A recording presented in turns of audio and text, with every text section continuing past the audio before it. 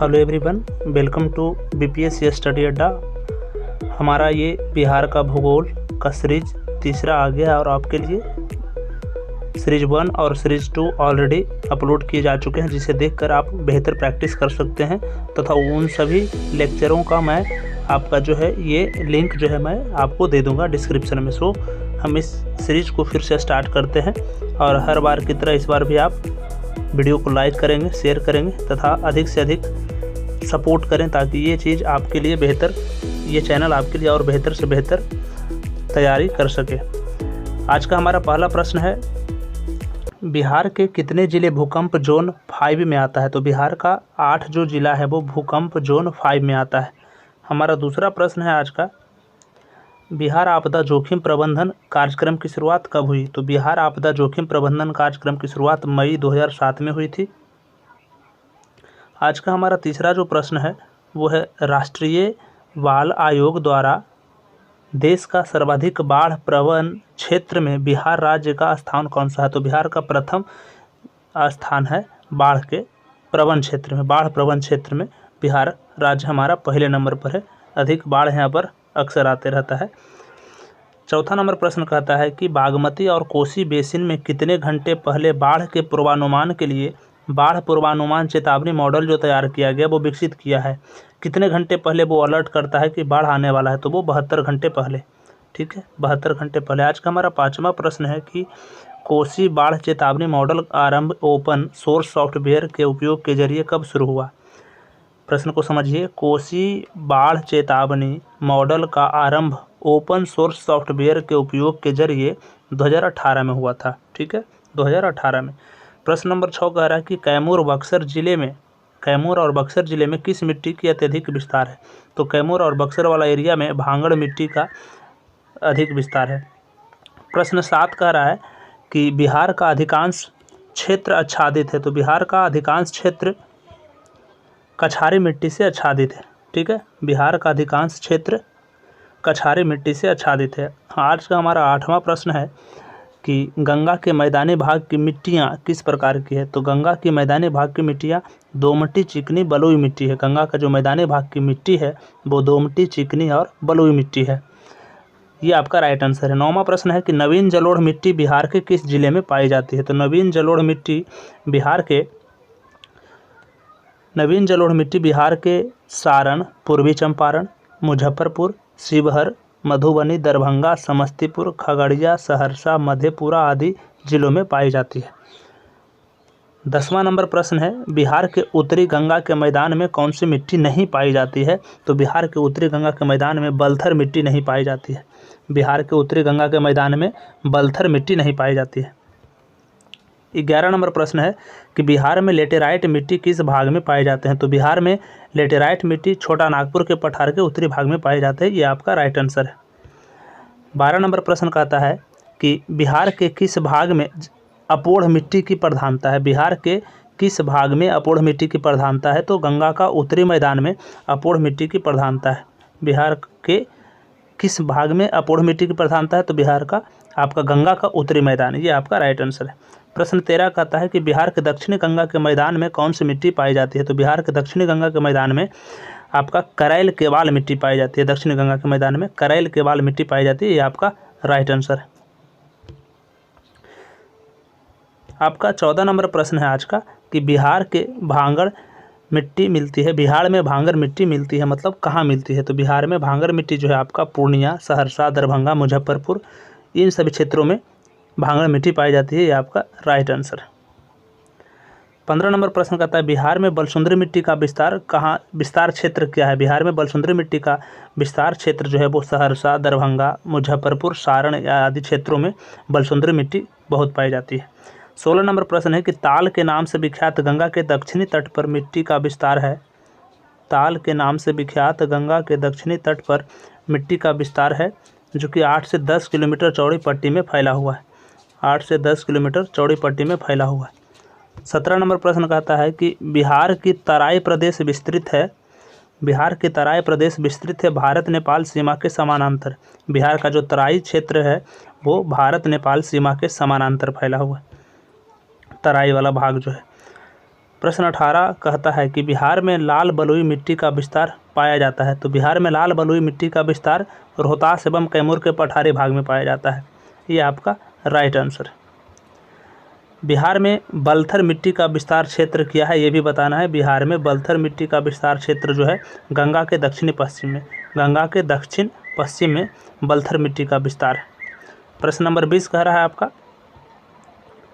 कि बिहार के भांगर मिट्टी में प्रमुख फसल पैदा किया जाता है, उसका सही समूह क्या है। मतलब भांगर मिट्टी में कौन कौन से फसल उगते हैं, तो धान, गेहूँ, ज्वार, बाजरा, जूट आदि। ठीक है, ये सही क्रम है, धान, गेहूँ, ज्वार, बाजरा, जूट। बिहार में बलसुंदरी मिट्टी में का प्रधान फसल क्या है, तो बलसुंदरी मिट्टी का प्रधान फसल धान, गेहूँ, गन्ना और चना। बिहार में ताल मिट्टी की प्रधान फसल क्या है। बिहार में ताल मिट्टी का प्रधान फसल है दलहन, तिलहन और गेहूँ। ये आपका राइट आंसर है। 23 नंबर प्रश्न कह रहा है कि बिहार में तराई मिट्टी की प्रमुख फसल क्या है। तराई मिट्टी की, बिहार में तराई मिट्टी की प्रमुख फसल है गन्ना, धान और पटसन। ठीक है। 24 नंबर प्रश्न कह रहा है कि बिहार में जलोढ़ मिट्टी की प्रमुख फसल है। तो बिहार में जलोढ़ मिट्टी की प्रमुख फसल है धान, गेहूँ, ईख, चना, अरहर, बाजरा। ठीक है। बिहार में खादर मिट्टी की प्रमुख फसल है धान, गेहूँ, गन्ना और जूट। ये सब खादड़ मिट्टी की प्रमुख फसल है। तो कई मिट्टियों में कई तरह के फसल उगते हैं, इस तरह से आप इसको रिमाइंड कर लीजिएगा। खादर मिट्टी हो गया। तो अब 26 नंबर प्रश्न कहता है कि बिहार में बलथर मिट्टी की प्रमुख फसल है। तो बलथर मिट्टी की फसल है अरहर, ज्वार और बाजरा। ये सब बलथर मिट्टी में उगता है। अब 27वां प्रश्न कह रहा है कि कौप मिट्टी की प्रधानता बिहार के किस जिले में है। तो कौप मिट्टी की प्रधानता बिहार के भागलपुर जिले में है, कौप मिट्टी पाया जाता है। 28 नंबर प्रश्न है आपका कि बिहार के किस जिले में अभ्रक मूलक मिट्टी पाई जाती है। तो अभ्रक मूलक मिट्टी नवादा में पाया जाता है। ठीक है, ये आपका राइट आंसर है और कई बार प्रश्न में आ भी चुके हैं। 29 नंबर प्रश्न आपका कह रहा है कि गंगा के दक्षिणी भाग के मैदान के पुरानी जलोढ़ मिट्टी को क्या कहा जाता है। गंगा के दक्षिणी भाग के मैदान के पुरानी जलोढ़ मिट्टी को केवाल मिट्टी कहा जाता है। ठीक है। 30 नंबर प्रश्न है आज का कि गंगा के मैदान के पुरानी कछारी मिट्टी को क्या कहते हैं। तो गंगा के मैदान के पुरानी कछारी मिट्टी को खादर मिट्टी कहते हैं। 31 नंबर प्रश्न कि बिहार के अधिकांश भाग आच्छादित है कछारी मिट्टी से, आंसर आपका होगा। 32 नंबर प्रश्न साधारणतः बिहार के मैदानी क्षेत्र में जलोढ़ की गहराई कितनी है। तो जलोढ़ की गहराई 1500 से 3000 मीटर तक जलोढ़ मिट्टी की गहराई होती है। ठीक है, 3000 मीटर तक, है ना। साधारणतः बिहार के मैदानी क्षेत्र में जलोढ़ की जो गहराई है 1500 से 3000 मीटर तक। बिहार के किस जिले में दियारा मृदा तथा स्थलाकृति की प्रधानता है। दियारा मृदा यानी दियारा की जो मिट्टी होती है तथा स्थलाकृति खगड़िया में पाया जाता है। 34 नंबर प्रश्न है कि उत्तर बिहार के उस नदी का नाम बताएं जो बिहार में सबसे पश्चिम में गंगा में मिलती है। तो सबसे पश्चिम में गंगा में मिलती है घाघरा। सबसे पश्चिम की बात मानकर चलिए ये आपका बिहार है, इसे समझने का प्रयास करें। ये आपका बिहार है, केवल हम बता रहे थे ये दो भाग में बटा है, बीच से गंगा निकल रही है। तो कह रहा है कि उत्तर बिहार के, यानी ये हो गया उत्तर और ये हो गया दक्षिण। तो बिहार के उस नदी का नाम बताने के लिए कह रहा है जो बिहार में सबसे पश्चिम में गंगा में मिलती है। तो इधर हो गया पूरब और इधर हो गया पश्चिम। तो इधर से जो आकर के सबसे पश्चिम में जो गंगा में मिल रही है वो है आपका घाघरा नदी। ठीक है, वो है आपका घाघरा नदी। ठीक है, घाघरा नदी है ना। यानी उत्तर में आपका लगभग गंगा बिहार को दो भागों में बांट देती है। तो गंगा में जो सबसे पश्चिम में आकर के जो मिल रही है वो घाघरा नदी है। ठीक है। इसी पर एक प्रश्न और आपका आता है कि उत्तर बिहार में उस नदी का नाम बताएं जो बिहार में सबसे पूर्व में गंगा में मिलती है। तो अब यहाँ पर वही चीज़ है कि इस तरह का जो बिहार का अपना मान कर चलिए समझाने के प्रयास, बीच से गंगा, तो सबसे पूर्व से घाघरा और सबसे क्या कह रहा है सबसे पश्चिम से घाघरा नदी आ रही है यहाँ पर, और सबसे पूर्व में बताएं तो महानंदा। तो इस तरह का प्रश्न आपको अक्सर नदियों से भी पूछते हैं प्रश्न। तो उत्तर बिहार में उस नदी का नाम बताएं जो बिहार में सबसे पूर्व में गंगा मिलती है। सबसे पूर्व में इधर हो गया तो वो महानंदा नदी। क्या महानंदा नदी आपको सबसे, तो इस तरह से समझेंगे आप। हम नदी पर स्पेशल एक आपको वीडियोज़ देंगे। 36 नंबर प्रश्न कहता है कि फल्गु जो छोटा नागपुर के पठार से निकलती है बोधगया के निकट किस नदी से मिलकर विकराल रूप धारण करती है। तो बोधगया के से मिलकर आपका बोधगया के निकट जो है वो मोहन नदी के साथ मिलकर विकराल रूप धारण करती है। 37 नंबर प्रश्न है कि कर्मनाशा जो विंध्याचल पहाड़ी से निकलती है कर्मनाशा नदी जो विंध्याचल पहाड़ी से निकलती है, बिहार के किस जगह पर गंगा में मिलती है? तो बिहार के चौसा के पास वो कर्मनाशा नदी गंगा में मिलती है। हमारा 38 नंबर प्रश्न है आज का कि बिहार के किस जिले में ककोलत जलप्रपात है? तो ककोलत आपका नवादा जिला में पड़ता है, ध्यान रखेंगे, ठीक है, ये रिपीटेड प्रश्न है। 39 नंबर प्रश्न है कि बिहार में गर्म जल स्रोत के सुप्रसिद्ध ऐतिहासिक स्थल कहाँ है? गर्म जल का झरना यानी राजगीर आपका राइट आंसर होगा। 40 नंबर प्रश्न कि बिहार के उत्तरी भाग में प्रवाहित होने वाली नदी जो गंगा में मिलती है, बिहार के उत्तरी भाग में प्रवाहित होने वाली नदी जो गंगा में मिलती है, पूर्व से पश्चिम की ओर बढ़ने का सही क्रम क्या है? ठीक है, पूर्व से पश्चिम की ओर। तो महानंदा, कोसी, बलान, कमला आदि, ठीक है, क्या है? महानंदा, कोसी, बलान और कमला। फिर लास्ट में आपका जो है सबसे अंत में घाघरा, ठीक है, सबसे अंत में घाघरा, इसलिए क्योंकि पूरब से पश्चिम की ओर बोल रहा है। अभी जो हम पार्ट आपको बताए थे इस तरह का जो भाग हमने बताया, तो कह रहा है पूरब से पश्चिम, है ना, ऐसे पूरब से पश्चिम की ओर। जो सीरियल है वो आप याद कर लेंगे तो आपको समझ में आ जाएगा। तो सबसे शुरू में महानंदा से शुरू होता है और घाघरा पे जाके ख़त्म होता है, इसे ध्यान रखेंगे।